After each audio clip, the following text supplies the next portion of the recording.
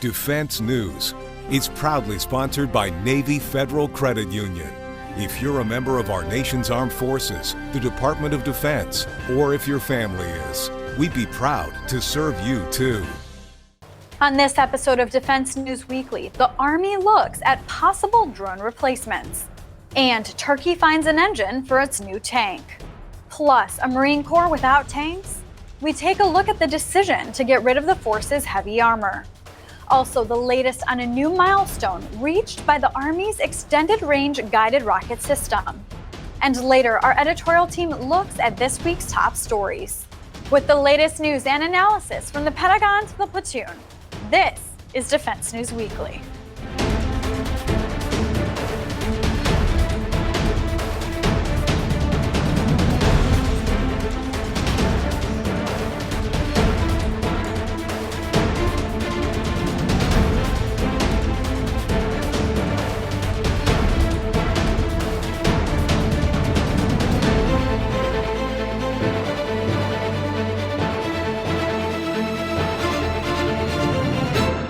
Welcome back to Defense News Weekly. I'm Andrea Scott. We've got a lot to cover, so let's get rolling. The Army is looking to upgrade its tactical unmanned aircraft fleet after years of relying on the Shadow drone. Facing an age where unmanned systems will become an even greater part of conflict, in order to keep an edge, the Army needs an update. Daniel Woolfolk brings us more. The Army wants to replace its Shadow unmanned aerial system, so it held a rodeo. The Army selected 4 options in 2019 to help it evaluate requirements for a replacement for the Textron-manufactured Shadow UAS. Soldiers provided feedback on each system to help the Army chart its requirements, but also the tactics, techniques, and procedures it will need with a future replacement. On March 1st, the Army held its Future Tactical Aircraft Systems Rodeo at Fort Benning, Georgia, to get soldier feedback.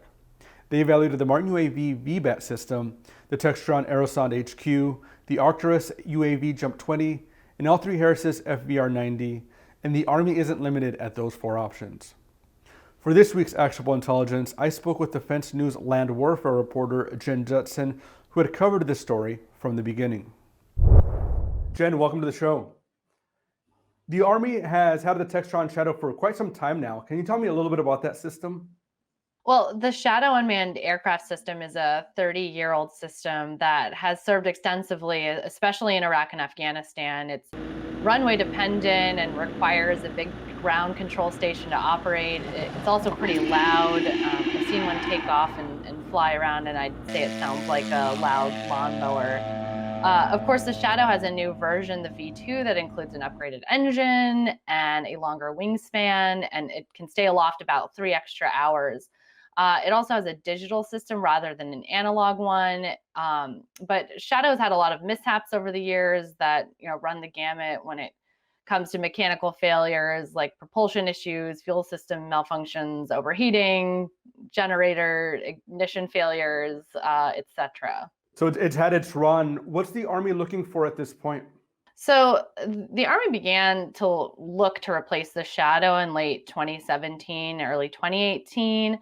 And it saw it as a quick win for the Army because there's so many companies out there with runway independent UAS coming out on the market that could replace it with little upfront development costs. On the list was a UAS that is easy to set up and launch, transportable by a Chinook, more quiet than the Shadow, and really importantly doesn't need a runway to launch. So basically the Army wants a vertical takeoff and landing or VTOL aircraft. And while the Shadow has helped to fill the gap for the Armed Scout missions, it's teamed with the Apache attack helicopter to do that. The Army really wants a future tactical UAS that can be a part of an advanced teaming architecture and can take on a variety of sensors that gives the Army the eyes and ears and forward position that allows manned helicopters to keep a safe distance from enemy capability ranges. So at this rodeo at Fort Benning, Georgia, we saw 4 different systems. Tell me a little bit about the capabilities we saw within those systems. The 4 different UAS that were assessed at the rodeo have also been extensively used by 5 different Army units over several months last year. So what the Army's been calling soldier touch points. They all have VTOL capability. They're all more quiet than Shadow in forward flight. They do still make noise when they're taking off in the VTOL mode, but when they're in forward flight, they're all reported as very quiet. They're all much easier to set up and break down. They're transportable by Chinook. Some say that their systems are transportable by Blackhawk, and that was demonstrated with a few at the rodeo. They can all stay aloft significantly longer than Shadow can now. The systems require 2 to 3 operators. They all took off and landed autonomously.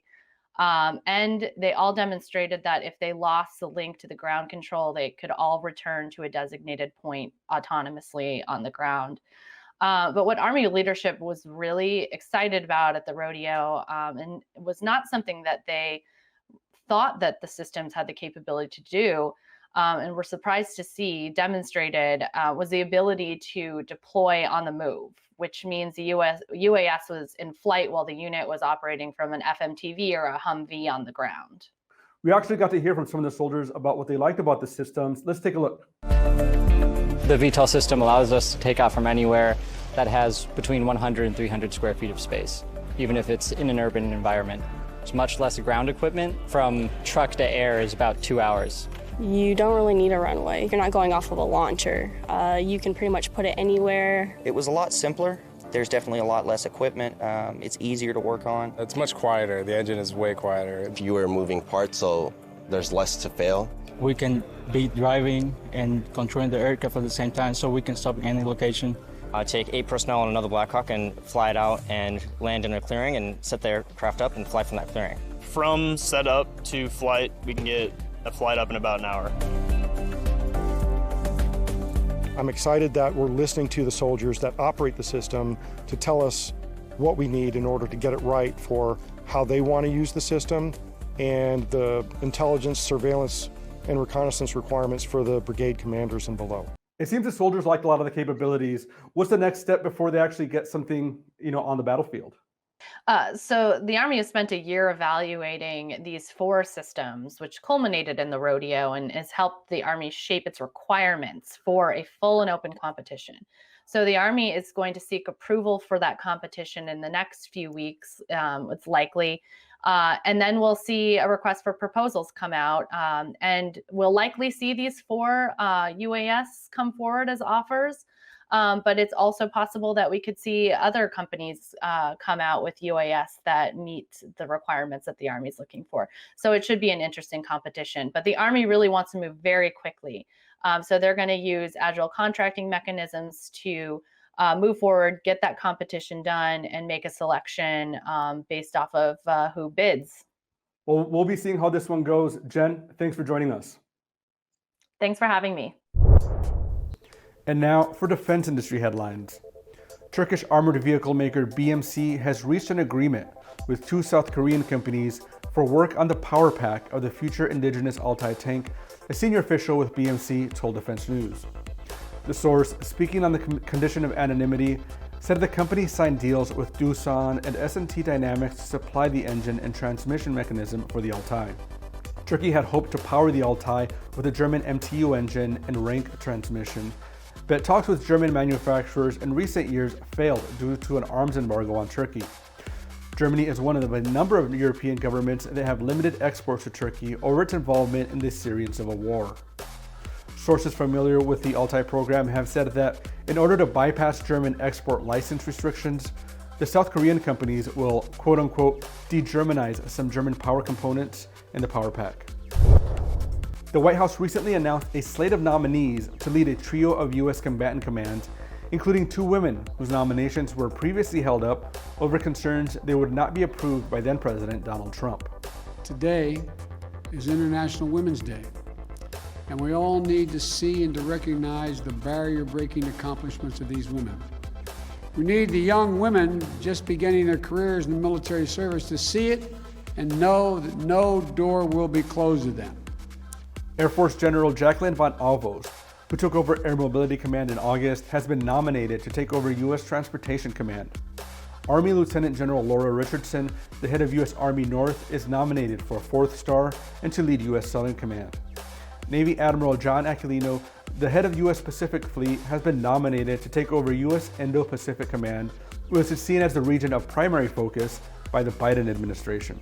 In February, the New York Times reported the nominations for the two women had been agreed upon inside the Pentagon last year, but that then Secretary of Defense Mark Esper decided to hold the nominations up until after the November election over concerns that the Trump White House would not approve their selections because of their gender.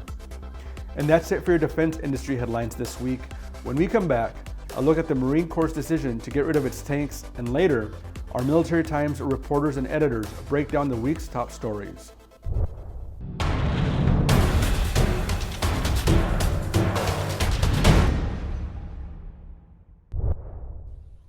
Welcome back. For decades, the Marines have had a force of heavy armor to wield as a weapon when the situation called for it. But now the force is moving toward a future without the stalwart of ground combat, the tank. Military Times' Todd South takes a look at what it means for the Marine Corps to get rid of its tanks.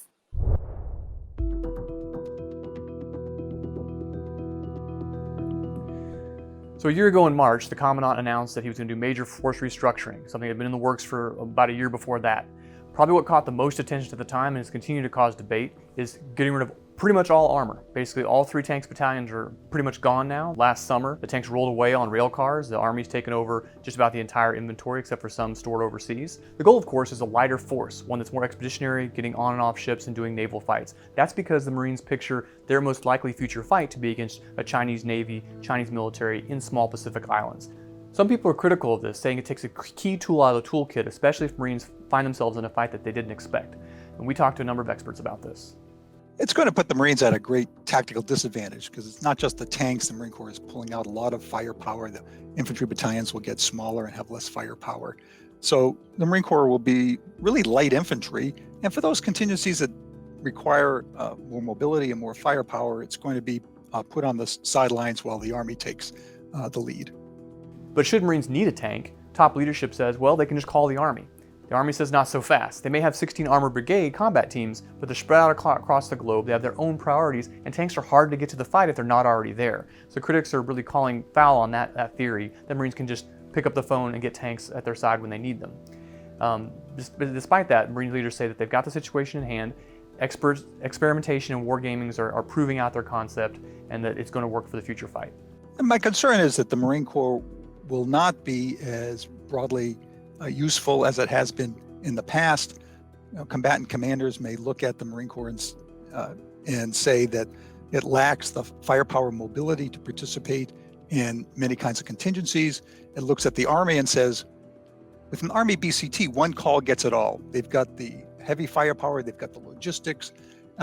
Why bother with a Marine unit if the Army can provide everything without having to supplement it from other services? Further, if the Marine Corps were to get tanks, the Army would probably offer tanks from the National Guard. Now, the National Guard is a fine military organization. The problem is it just takes a long time to get mobilized and deployed. So the Marine Corps may be waiting 120, 150 days to get the tanks that it's requested, and that's going to make it much less relevant to many contingencies, and it certainly wouldn't be the force and readiness the first to fight. And the analogy I make is to the Army in the 1960s. The Army in the early 1960s was designed to fight tank battles in Germany to take on Soviet tank armies.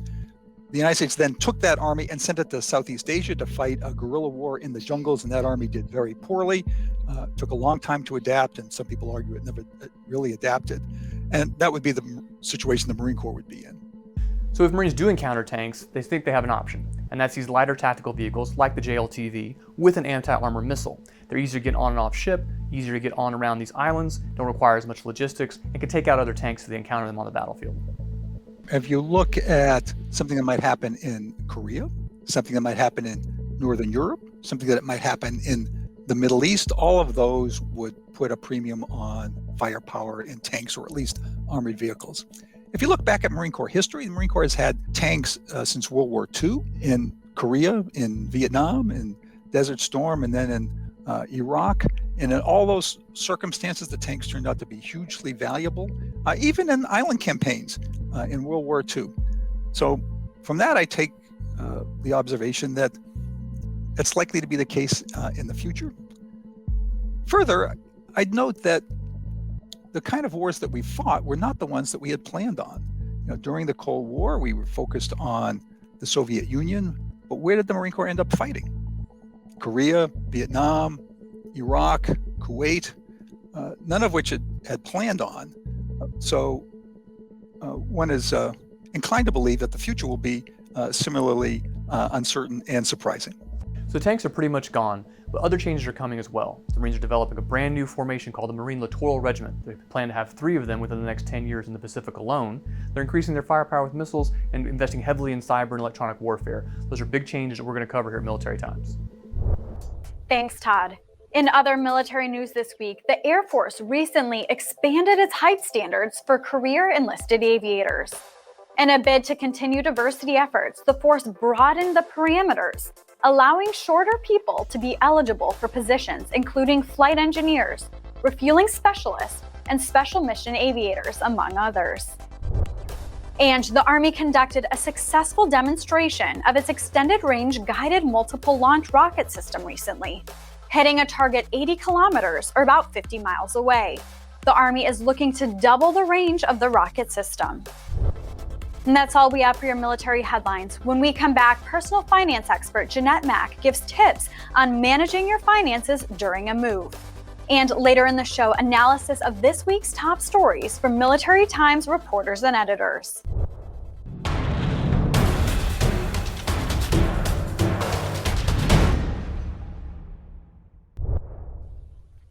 On this edition of Money Minute, Navy Federal Credit Union personal finance expert Jeanette Mack talks about how to manage your finances during a PCS. When you receive PCS orders, a lot more than your address is going to change. Taking command of your finances from the start can help lessen the stress of moving for you and your wallet. So first things first, find out if you're eligible for PCS entitlements and benefits, so you can get either leave time or be reimbursed for expenses you might pay out of pocket. That means you need a good budget. Plan for those expenses like furniture, utility hookup fees, and others for getting settled in. Even if you think it's covered by the military, add it to your budget just in case. And don't forget to keep track of your receipts. And of course, one of the most important things before a PCS is saving money. Every dollar counts in helping you get to your destination. Talk with your financial institution about special savings accounts that can help you budget and earn interest over time, so you'll always be prepared for the next PCS. Prepping and thinking ahead means you'll easily handle the next move you make. Thanks, Jeanette. We'll see you next time. To get more of our coverage, be sure to check out our websites at Army, Navy, Air Force, and MarineCorpsTimes.com and DefenseNews.com. To get a list of top military and defense headlines in your inbox every day, subscribe to our Early Bird Brief. And make sure to give us a follow on Facebook, Twitter, and YouTube. And when we come back, it's this week's Reporters Roundtable.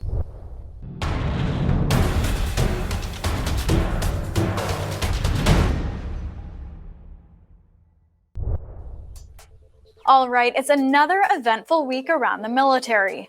For a look into some recent top stories, we turn to our team of editors and reporters for analysis.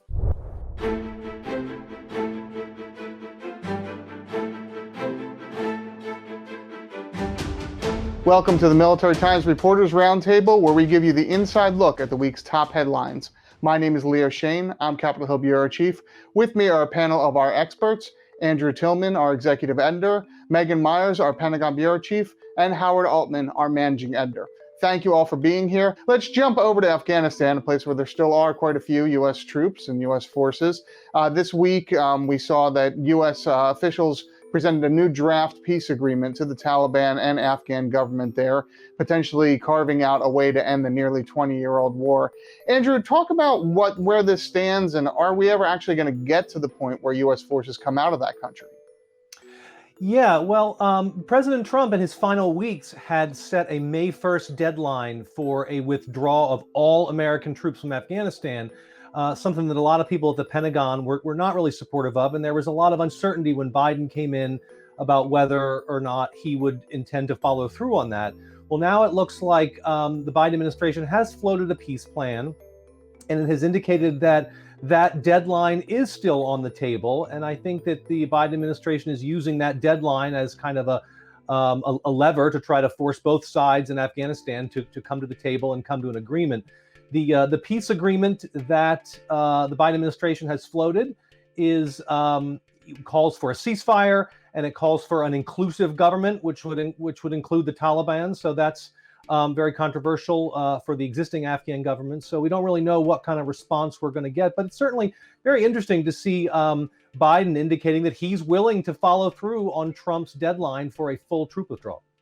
Yeah, kind of a surprise to see any sort of acceptance of Trump foreign policy, especially given how strong the president was during the campaign season. Although he did say that he wanted to get troops out of Afghanistan too. Let's talk about the region more broadly, because we've seen some similarities as well in the Biden administration's approach to the entire Pacific region and sort of the security posture there. Talk a little bit about that, Andrew. Yeah, again, we've seen some interesting continuity between Trump and Biden. Back in February, the Navy sent a destroyer through the Strait of Taiwan and over to do a freedom of navigation operation, or a so-called FONOP, near one of the disputed islands in the South China Sea, which is a pretty aggressive move. That's something that when Joe Biden was vice president under President Obama, they really avoided those kinds of naval missions, because they didn't want to antagonize the Chinese. But it's something that Donald Trump had encouraged the Navy to do with some frequency. And now it looks like Biden, right out of the gate, is sending Navy ships into these disputed and controversial waters. So again, an interesting continuity between Trump and Biden. Megan, what's the vibe down at the Pentagon on this? Should we be expecting this to change in coming time? Or, I mean, is this just sort of keeping everything running the way it's been? There hasn't been any talk of reducing or eliminating those kinds of FONOPs, but in the larger picture, the Pentagon's position about the entire Indo-Pacific has really been about making as many friends as possible, basically, in the region. The last Secretary of Defense spent a lot of time going around to some of those smaller nations and trying to appeal to their leadership in terms of, here's what the U.S. can do to help you guys, and essentially trying to get some of those nations in the America column versus being in the China column. And that is kind of expected to continue into this administration. Well, we'll keep a close eye on that. There's obviously a lot still to come and a lot more appointments that will affect that. Let's step away from overseas action to something domestic for a moment here. A story that got a lot of attention on our site in the last few days has been about the pink tax, the extra money that women in the military have to spend on uniforms and uniform attachments that men don't. Howard, you've been following this story closely, helping to edit a bunch of it. Talk a little bit about what the problem is. Sure. The Government Accountability Office in a recent study found that there is this so-called pink tax in which women are paying about twice as much as men over the course of a 20-year career for uniform items that they need over this, their career. It's about $8,000 for women, about $4,000 for a man. Part of it is that out of 18 recent uniform changes, 6 were only for women, so that added to it. The Marine Corps told investigators that they are actually paying men to pay for their underwear, not for women. That's changed as a result of this. The Marines are no longer going to pay for underwear, but they will pay for dress shoes. The issue is one of financial equality. Again, women are paying a lot more for their uniforms, and that is, it may change as a result of this investigation. Megan, the administration has made, equality, and especially looking at women's issues in the military, women's issues in the veterans space, a major priority of theirs. Do you think we're going to see more stories like this come out, some more of these inequities, and frankly, just somebody addressing them finally?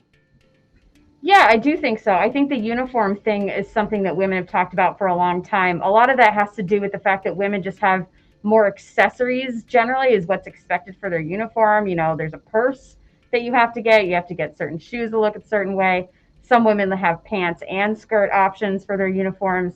And there will probably be more things like that. We've seen the Air Force and the Army recently making some big changes to their uniform regulations when it comes to hair, earrings, nail polish, things like that are generally catered toward women, and something that women have been asking for a long time, wondering why a ponytail is anathema to readiness, or why wearing stud earrings in the office is unprofessional. So I do expect we'll see a lot more of those changes. All right, well, we'll be tracking that closely. We'll be tracking all these stories closely. You can read more about them at militarytimes.com.